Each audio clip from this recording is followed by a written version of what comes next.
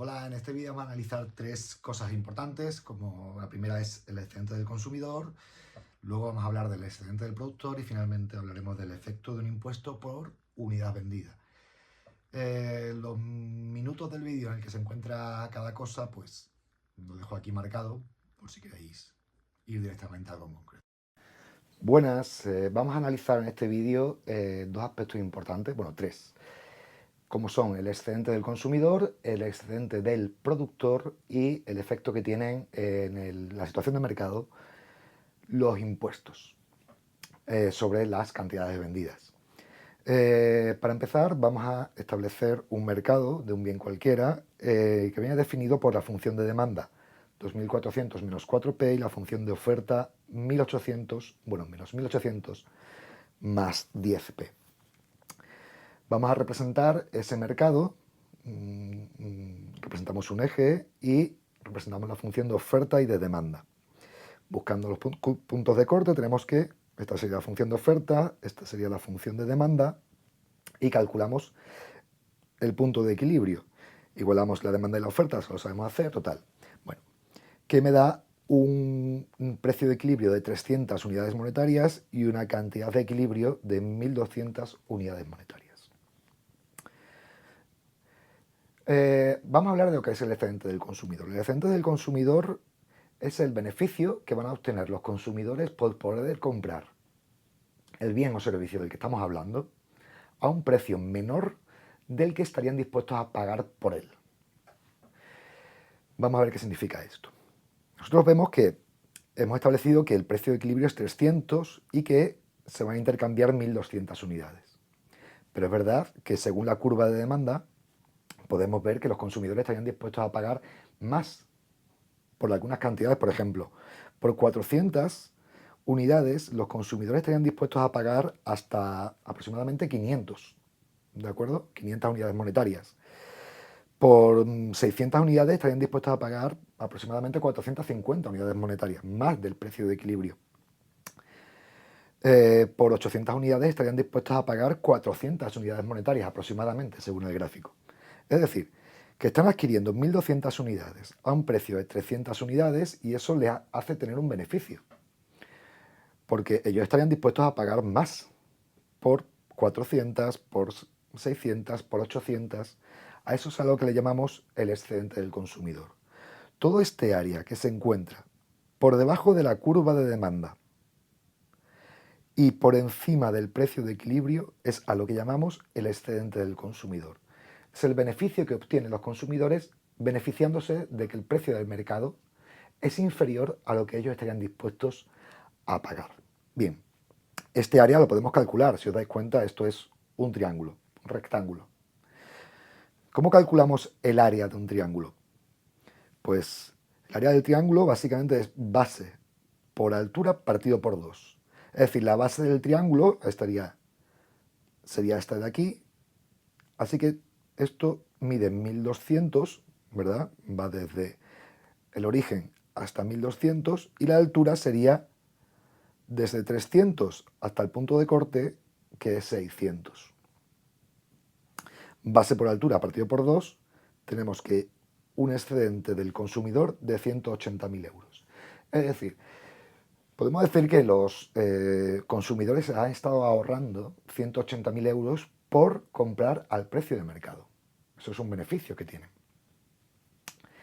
Bien, también podemos hablar del excedente del productor. El excedente del productor es el beneficio que obtienen los productores porque venden el bien o servicio a un precio superior al que estarían dispuestos a venderlo. Podemos hacer un análisis gráfico muy parecido al que hemos hecho con el consumidor.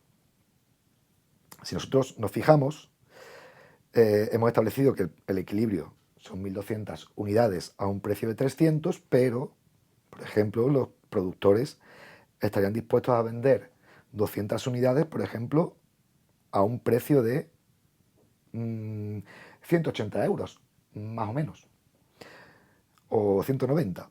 Estarían dispuestos a vender 400 unidades a un precio de 200 euros. Estarían dispuestos a vender 600 unidades a un precio de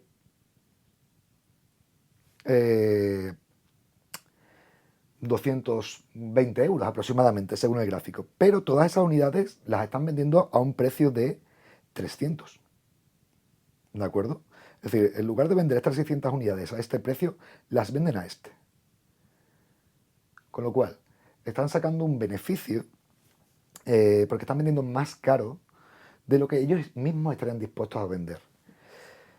Hacemos un análisis gráfico muy parecido al del consumidor y decimos que este área que está comprendido entre la curva de oferta y el precio de equilibrio, podemos llamarlo el excedente del productor.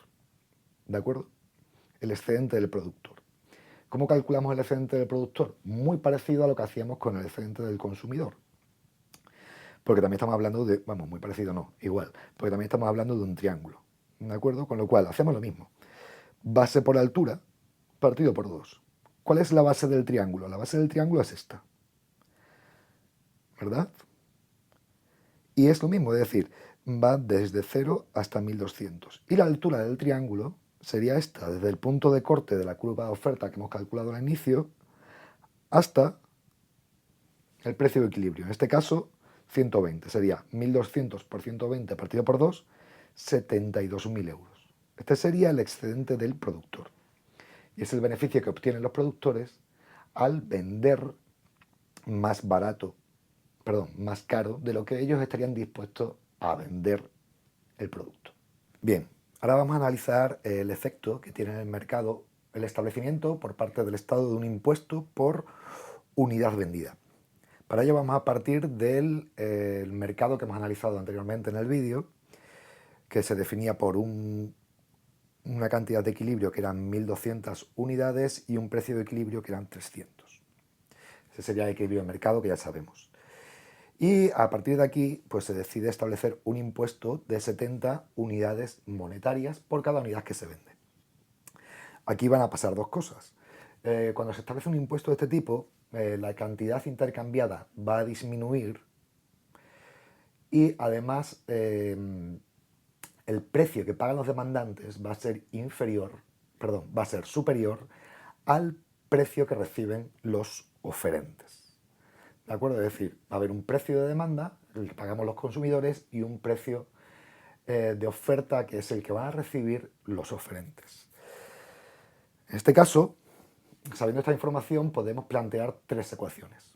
La primera es que el precio de la demanda menos el precio de la oferta es igual a 70.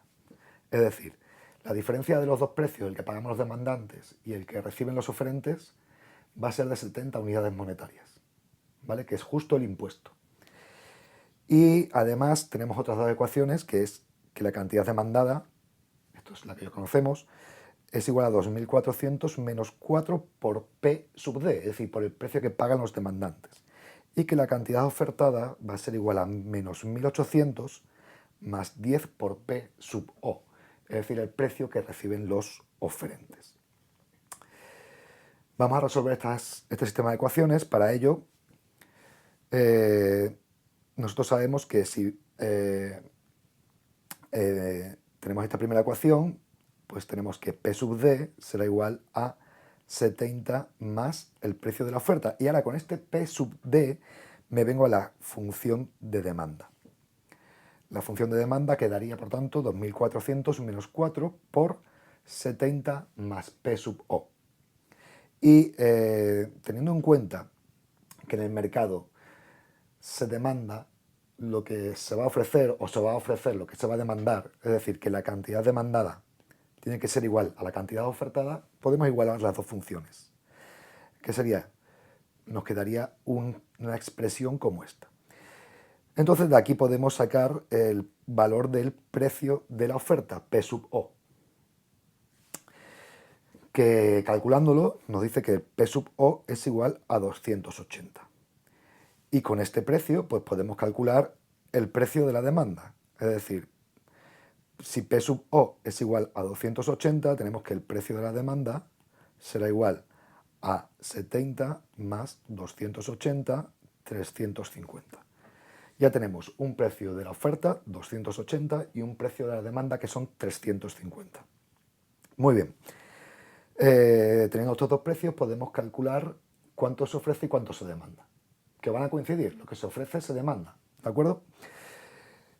Poniendo esos dos precios en las funciones de oferta y demanda, obtengo que la cantidad demandada serían 1000 y que la cantidad ofertada serían 1000. Llevándolo al gráfico nos damos cuenta de lo siguiente. Si llevo el precio de 1000 que hemos calculado, perdón, la cantidad de 1000 que hemos calculado en la función de oferta, pues aquí estaría el precio, y si lo llevo a la cantidad demandada, aquí estaría el otro precio. Bien, aquí se queda reflejado que el precio que pagan los demandantes es distinto al precio que pagan los oferentes y la diferencia entre ambos es de 70 unidades monetarias. Muy bien. Lo importante de esto es conocer que el efecto que el establecimiento del impuesto tiene un efecto sobre el excedente del consumidor y sobre el excedente del productor. ¿De acuerdo? Nosotros sabemos que el excedente del consumidor era aquello que estaba por encima, o sea, que está por debajo de la curva de demanda y por encima del precio de equilibrio, ¿verdad? Claro, pero ya el precio que pagan los oferentes no es el precio de equilibrio, es más que el precio de equilibrio. Con lo cual, el excedente del consumidor se reduce. ¿De acuerdo? Sería la parte comprendida entre la curva de demanda y el precio que pagan. ¿De acuerdo? El excedente del consumidor quedaría reducido a esta parte de aquí. ¿Veis? Este triángulo, pues quedaría reducido a eso. Para calcularlo, pues sabemos que lo que tenemos que hacer es calcular el área de ese triángulo, ¿de acuerdo? ¿Cómo lo calculamos? Pues nada, sería base por altura, en este caso la altura sería esta distancia de aquí, que serían 250, y la base pues sería esta distancia de aquí, que sería 1000. ¿De acuerdo? Base por altura partido por 2, 125.000 unidades monetarias. Claro, antes del establecimiento del impuesto, el excedente del consumidor era de 180.000 unidades monetarias, por lo tanto hay una pérdida de excedente por parte del consumidor de 55.000 unidades monetarias. Esto supone una pérdida del bienestar del consumidor, ¿de acuerdo? Y con el excedente del productor pasa más o menos lo mismo. Sabemos que el excedente del productor, antes calculado en el vídeo, pues era el que estaba comprendido entre su curva de oferta y el precio de equilibrio. En este caso, como van a pagar, o sea, van a recibir menos, los productores van a recibir menos precio, pues su excedente va a disminuir. Es decir, ahora el excedente estaría por aquí. Si nos fijamos, sería este área algo más oscura. Es decir, hemos perdido el excedente, el productor también ha perdido excedente. ¿De acuerdo? Si os dais cuenta, el excedente del productor sería ese triángulo de ahí. Para calcular cuánto es ahora el excedente del productor, hacemos también el área de ese triángulo. Sería base, la base es 1000, ¿de acuerdo? Y la altura del triángulo sería 180, que es el punto de corte de la curva de oferta, hasta 280, es decir, 100. Con lo cual, 1000 por 100 partido por 2, 50.000 unidades monetarias. Ese sería el excedente del productor. También ha supuesto una pérdida de excedente. Antes el productor tenía un excedente de 72.000 unidades monetarias y este impuesto le ha hecho perder 22.000 unidades monetarias de excedente. También supone una pérdida de bienestar del productor. Entonces nos damos cuenta que aquí queda un área que antes se dividía o era excedente de consumidor una parte y excedente de productor otra, y que ahora no es de ninguno de los dos. ¿De quién es ese excedente ahora? Ese excedente, que aquí hemos puesto, sería un excedente del Estado, es lo que el Estado se lleva por el establecimiento del impuesto. ¿De acuerdo? Para saber cuánto es, lo único que tenemos que hacer es calcular el área de este rectángulo. Ese rectángulo, para calcular el área, hay que multiplicar lado por lado. Tenemos un lado que es 1000 y otro lado que es la diferencia entre 280 y 350, que serían 70. Con lo cual, el excedente del Estado serían 1000 por 70, 70.000 unidades monetarias de excedente. O sea que el Estado lo que ha hecho es, a través del impuesto, ha conseguido esa recaudación de 70.000 unidades monetarias, pero ha sido a costa de quitarle excedente al consumidor y quitarle excedente al productor. Así que vamos a analizar finalmente cómo queda esto, ¿no? Tenemos una situación antes del impuesto y una situación después del impuesto. Antes del impuesto, el consumidor tenía un excedente de 180.000. Después del impuesto, un excedente de 125.000. El productor antes del impuesto tenía un excedente de 72.000. Después del impuesto, de 50.000. Y ahora, después del impuesto, el Estado aparece con un excedente de 70.000. Si sumamos todos los excedentes antes y después del impuesto, antes del impuesto había 252.000 unidades monetarias de excedente total y después del impuesto 245.000 unidades monetarias de excedente total. Es decir, podemos decir que ha habido una pérdida total de eficiencia. La pérdida total de eficiencia es el excedente que se pierde. Hay una pérdida total de eficiencia de 7.000 unidades monetarias. Es decir, la diferencia entre el excedente de antes y el de después.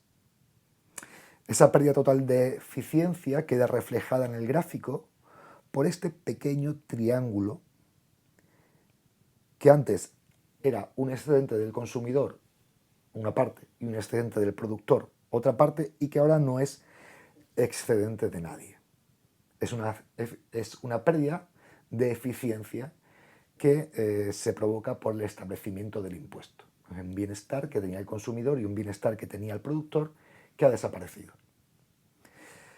Así que bueno, ese sería el análisis microeconómico del efecto de un impuesto por unidad vendida.